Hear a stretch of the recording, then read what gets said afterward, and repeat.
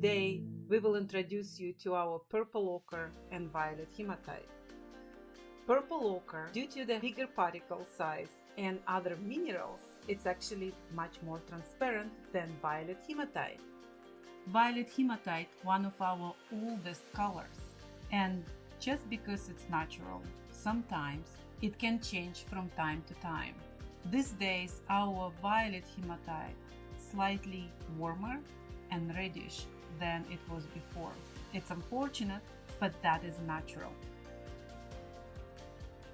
As always, let's start with comparison the pigment itself. And you can see then blue rich violet hematite, it's very reddish right now, and purple ochre. You can see how light in color. And like always, let's start with mixing our pigment with the oil. And again, in this case, we will mix with aged refined linseed oil. Purple ochre is a blend of different minerals. The iron oxide is what gives it the reddish color, but there's other accessory minerals can turn it to this beautiful purplish color.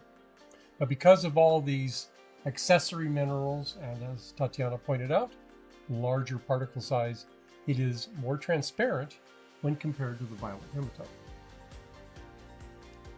Purple ochre takes moderate amount of the oil. It's very easy to grind.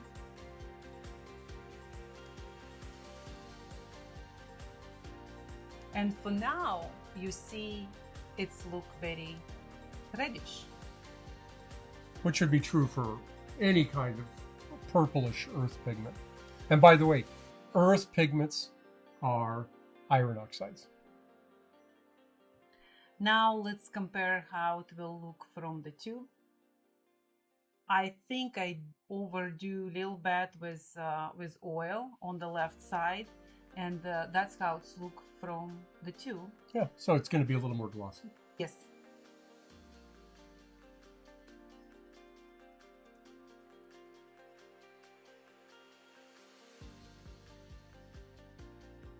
Now let's look how it's look like from the tube.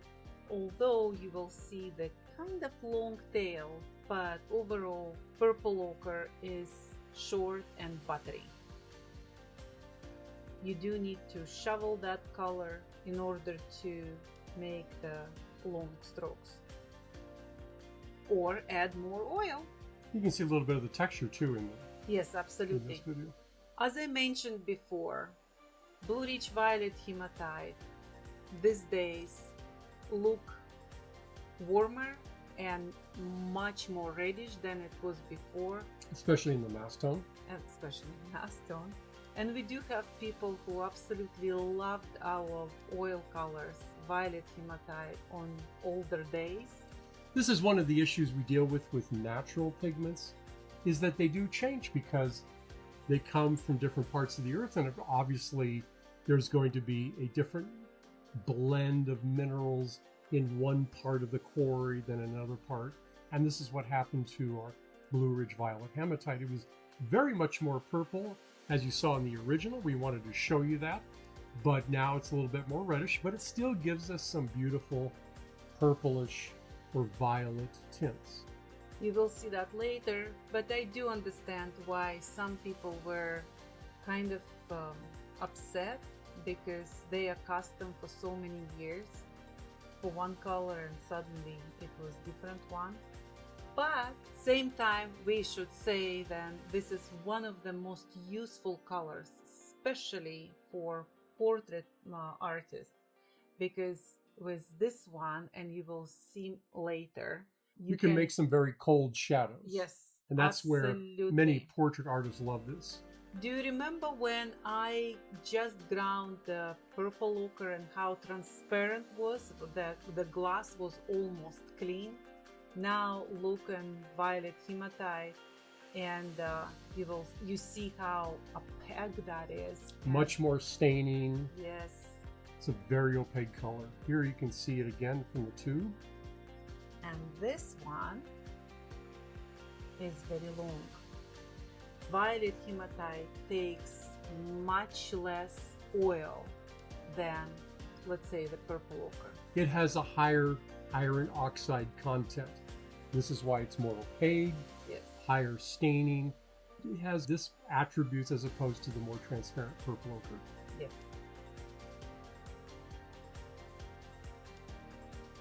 Let's start with lead white.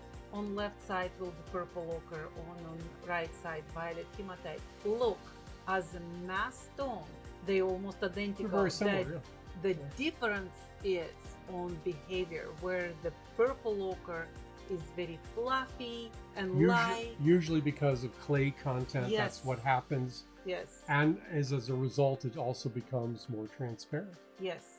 And again, like always, I will do this a lot of gradations, then you can see what a beautiful tints you can make with lead white.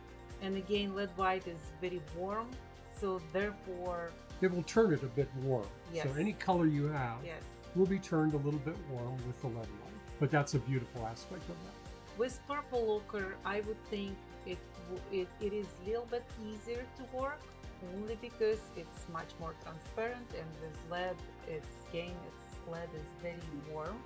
And it also is a little more transparent than other whites like titanium. Yes, that's true. But look what will happen with violet hematite. There almost no dent on that color. Yeah, because it resists it. very It's powerful. Very strong tinting, very opaque. It's beautiful quality of that particular pigment. So you have basic choice because the tints will be fairly similar within about the same realm, but obviously you have that choice now between strongly tinting and something more transparent. And again, you see how this warmth of the lead white with the violet hematite, it's pushing it in a different direction.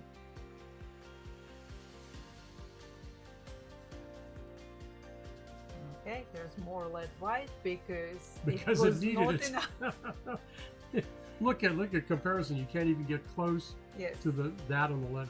And by the way, folks, that's really how you can see whether a color is opaque or transparent.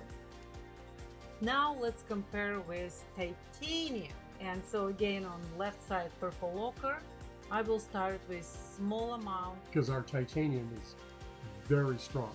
100% titanium, no fillers. Look at Look at that, this beautiful. purple color. Yeah, beautiful mauve color. It's just great. Look at that. And you can see the titanium just taking it over and just Yes, boom. very quickly. I would think then in this case would be opposite. It probably will be a little bit more difficult to work because titanium will overpower very But fast. a good idea is the lead titanium, a little Oh, more yes. transparent, or Good of our both mixing worlds. white, right? Because the mixing white is titanium, but it's less opaque. But no lead. That's the downside. But our Yes. lead titanium, Yes. there it goes. That's what it has. So you still see on violet hematite, it's still more red for Yeah. now. But as it tints out, you'll Yes. see the cold titanium white start to dominate. Yes. Again, this is so important to understand how the whites are really not just white. They do all these different things. Again, want to point as the mass tone, they almost identical. Yeah. But you can see now. That's what the beauty of earth colors. Mass Yes. tones could be the same, but the tints come out so different. Same like so our rich. red ochres. Yes. 3 of them almost identical. Yeah.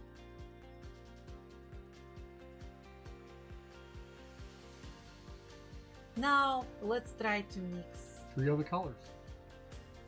Here's purple ochre. See Let's what cool comes up down. with this. Yes. Yeah.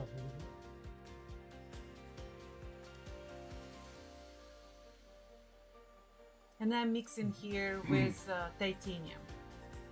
So then you know what white I'm using. Well, you can see how that ultramarine dominates in Yeah. the mixture. Ultramarine in this case, although ultramarine is It's transparent, but it's transparent, strongly but still tinted. strong. Yes. Strong absorbing color. That's Okay. what I say. And you can see the yellow, of course, does what it expected, turns it kind of warmish in that regards. And this is beautiful here with the alizarin crimson. Some people say that alizarin crimson is affected by iron oxides. This is something we're going to test because although it's spoken about in literature, we don't really know.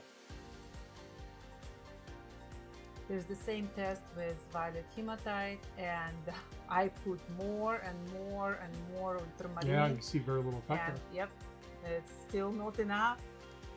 Okay. Look at that. Keeps going, but nothing. Same ultramarine, but look how Yeah. different behavior with There's violet a little- hematite. Oh yeah, look at that. Look at this beauty. Beautiful purplish tone. So you can always emphasize it very easily with that. To warm it up, Warm up, a little bit of yellow. I guess not enough. Yeah, even the cadmium yellow light, which is fairly opaque, cannot put a dent in that very easily. There we go, the white there.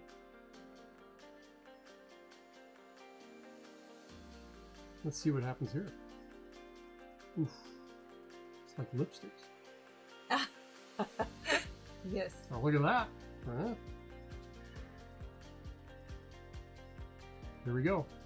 Like always, we compare titanium white On the top, lead white on the bottom. Thank you very much. See you next time. Bye now.